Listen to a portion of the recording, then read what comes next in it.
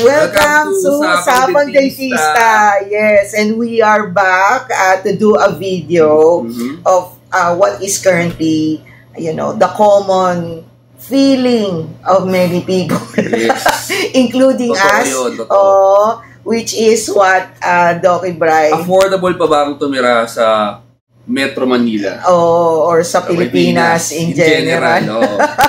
Can we still afford Yes, yan? Oo. Kaya nga mga mamaps and papaps, before we continue, kindly support us para may mangyari din sa amin. Of course, if you like this video, give us a thumbs up, subscribe, hit that notification bell, and share para lahat ng tao yes. connected sa atin. So, basically, as Doc Brian and I have been discussing, if it is still affordable. Ikaw, Doc, yan ang opinion. Parang sa akin, doktor, parang parang patagal ng patagal, parang pamahal ng pamahal yung bilihin. And parang yung same, yung goods na kukuha natin, the same lang naman eh. Pero bakit ang mas mahal ngayon kesa last year? Diba? Actually, talagang it's because yung earning ng mga tao doesn't really increase versus to the cost of the basic necessities. Even the basic necessities, Doc, is already becoming very expensive. So yung napangako sa atin na 20 pesos na bigas, parang hindi 20 pesos times 10 pala yun. Oo, correct. And also, utilities. Now, however, mga mamaps and papaps, we will discuss what are the possible reasons. Okay. One is really the improvement of the basic things here in our country. Yung services. Kasi, services and security. Okay. Because if the services and the security do not improve, the tendency is that the investors who would like to invest in our country will not happen. Because one of the things, kung bawa, ikaw, negosyante ka, Doki, syempre, bago ka mag-invest sa isang negosyo, titingnan mo muna if it's going to earn.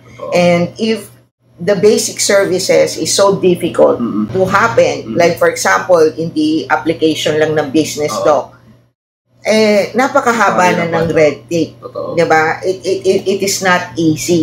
So, the thing is, why are you gonna do business on that country? Hassle pa kumbaga. Correct. It's so much hassle eh.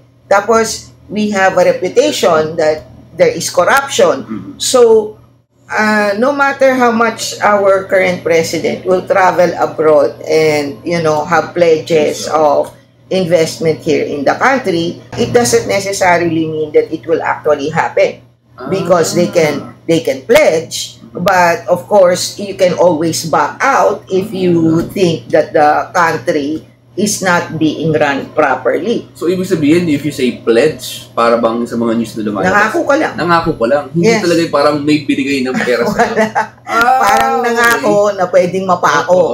Di ba? Okay. Kasi nga lahat yan, yung services na nangyayari sa isang bansa will reflect kung ano yung magiging productivity ng isang bansa. Halimbawa, let's say, for example, mga mamaps and papaps, transportation. If the transportation is so difficult na the tendency you will get stuck in traffic for so many hours, yung oras na yun, it will not be productive anymore. So, kaya ba parang sobrang mahal ng mga sibuyas dati, di ba? Kasi nga, these are all affected.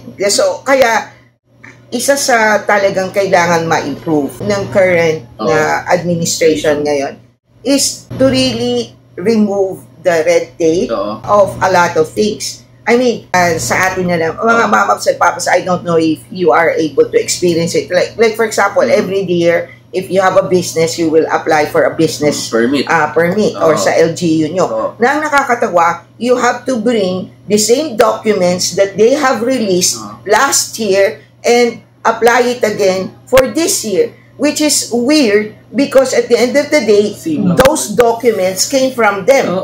Diba? I mean, it does not really make sense. So, they make things so difficult. And then, napapile upan ka ng mga documents na unnecessary na supposedly these services may record sila. Totoo. So why they are spending so much of our tax to supposedly upgrade the system, digitalize, make it computerized, and yet the people inside in those services doesn't even know how to do it. Exactly. So that's why they keep on asking these documents for their convenience. It's not the convenience of the citizen anymore, but the people who are working there and we are paying for their salaries. You know what's weird? Kasi parang they're parang paid by the government. Correct. And ang daming taong walang trabaho. So if they're able to, parang di ba, kung sana mas maraming taong, mas maraming jobs ang ino-offer, yung sana hassle na nangyayari dahil hindi nila hinahat na isang bagay, may nawawalang ganyan. Pag digitalize mo na isang bagay, hindi mo na kailangan maghanap. And thus, mas maraming trabaho, mas maraming ganyang project sana, di mas maraming trabaho sana ino-offer sa Pilipinas ngayon. Because nga precisely, nobody wants to change. The technologies upgrade. As I've said, these are things na sa government side yan. Okay? For the government side, one, I believe they have to really improve the services, which was started with the previous administration. Now, sa totoo lang mga mamaps and papaps, I do not care about your politics or our politics. Our politics na we have to be concerned about is what do we really experience as an ordinary citizen. And the previous administration, the reason why I like is, for example, in the passport, the shelf life of the passport became 10 years. Diba? It's very convenient. Yun yung sinasabi ko. You make the life of the ordinary citizens easier. So, pag tinanggal mo yung mga red tapes na ganyan, then, even if our current president doesn't travel abroad and sell the country, they will know it. Kasi yung palang sa airport, diba? Last year, wala tayong madinig sa news kundi hassle sa airport. May nawawala, correct, may nanawawala, nananakawan, haba ng papeles na ibibigay mo, lalabas ka lang. And these are red tape.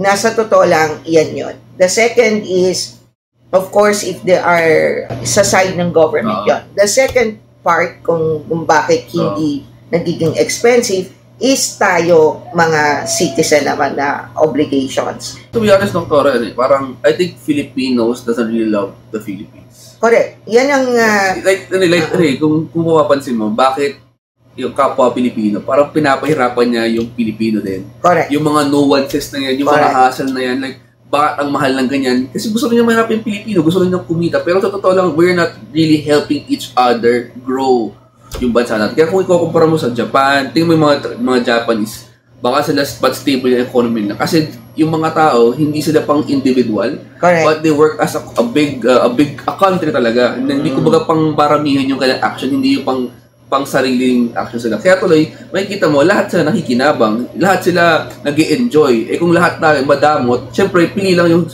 successful, pili lang yung maayos yung buhay, mas halata ng mga tao, ang hirap pa ng buhay ngayon, di ba? 100% agree. Kasi, yun naman ang part natin as citizens. We don't really love our country.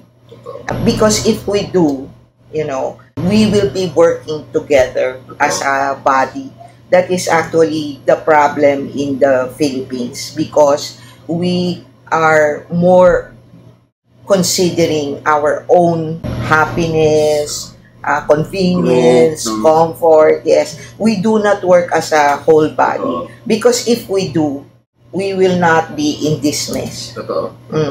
And then if you go around and ask people that, if you are given a chance to have, for example, a blue passport or go abroad, majority of the Filipinos would like to get out of this country, which is very sad. Because honestly, mga mamaps and papaps, there are so many natural resources and richness in our country, including our culture. It's just that we are not united, as one in order to make our country better. Kasi if we have that kind of attitude, yun nga yung sabi mo, that's why one of my favorite countries is Japan. Because Japanese, they are very in tune for others. Like even in the subway, you are not supposed to be in mobile or talking to someone, and they're very concerned in terms of that. You can hardly see people talking over the phone, or if they do, talagang you cannot even hear them if you are right beside them. Kumbaga mindful sila for others. Yes, and yes. Parang respectful ng action sila towards everybody. Yes, hindi katulad dito, mauna ako. Totoo. Tulakan diba? tayo. Tulakan tayo. Correct. Basta papasok ako, bahala kayo. If you watch yung, di ba, nagkaroon sila ng, mga catastrophe like earthquake, and then there is a assistance coming from the government, you will see they're falling in line. Imagine mo na nasalanta na sila, and yet they will fall in line and they will just get what they need because their worry is to make sure that everybody will be able to get something, food na binigay. Hindi katulad dito, wala, balyahan, mauna na ako, kunin ko yung lahat para hindi na ako babalik, kunin ko lahat, yung gano'n. Gano'n ang attitude. Alam mo yung pandemic, yung parang community pantry. People like raiding it, parang correct. Sobra-sobra. Parang, yun na nga, doon makikita na parang may ugali tayong swapang. Correct. Saan gagaling swapang? Kailangan maging, aminado mga mom-ups and pop-ups na unfortunately, yan talaga ang problema dito sa Pilipinas. And I believe the reason why is that we also do not want to grow. Sa tingin ko. Kasi ang ending natin, we are so used to conveniences even if it is against the law. Totoo. Yan. Kasi tayo rin kasi, we cannot just always point the finger to the government as to the reason why our country is in this situation wherein it is so difficult to really earn money and have a decent kind of living. Then the third na reason kung bakit ang cost of living is kasi business-wise, we are more monopolized than not. Kasi ang sa business kasi, it is better if there are a lot of businesses for a particular utilities or services. For example, sa electricity, di ba? Dahil isa lang ang distributor dito sa Metro Manila, monopolize nila. So, you cannot complain or you cannot demand that they adjust or improve their services because you have no choice. Your only choice is them or do not have electricity at all. Even in water, dadalawa lang. Diba? Like, for example, communication. Correct. Smart lang. So, dadalawa lang sila. So, in the end, kung mag-connive silang dalawa, that is it. Diba? It's the same thing with transportation. Noon dati, di ba, may Uber, may Grab, di ba? So, ngayon, dahil sinolo ng Grab, so kung ano ang presyo ng Grab, yun na yun. Monopoly sila. Monopoly. Sila may control or may power about it. Kaya nga, sa makikita nyo, sa mga developed countries, isa yan sa pinagbabawalan nila na i-monopolize mo lahat. Diba? Yan yung problem. Kaya, we do not have a choice. Even in real estate, ilan lang ba yung nagde-develop talaga? Diba? Hindi yung more than 10 eh. Correct. So, what's going to happen to the Filipinos? Wala. We do not have a choice. We have to live with what they offer. Diba? And the thing is, kinokontrol nila yon. And that is why, naaapektuhan din kung sino yung nakaupo sa government. Kasi, syempre, as a business people na kumikita na sila, they don't want the laws to change na it will affect their business, which is monopoly. Bawal naman talaga sa batas yan, pero wala. Nobody cares, nobody thinks about it, like, so... People are turning a blind eye about it. Like, correct. Kasi nga, kanya-kanya nga eh. Komportable na ako. Basta ako masaya ako dito. Pag kumakain ka, okay ang buhay mo, pakialam mo sa mga naghihirap na iba. Yun ang problem nga. Kaya nga, yan yung 3. Diba? So, yan mga mamas and papas, do comment below. Ang sad talaga. Yes, do comment below if you agree with us. But that is the 3 things na we think the reason why it becomes really very difficult to afford living in the Philippines, more so in Metro Manila, and especially if you are just an ordinary Filipino citizen, meaning you are working in a company or in a business na you are not the owner of the business, ika nga.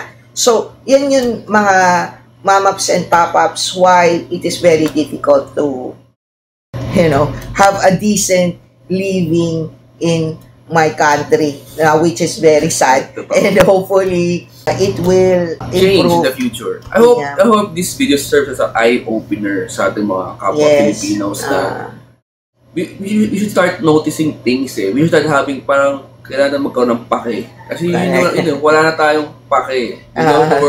Parang nawala na yung pake sa building.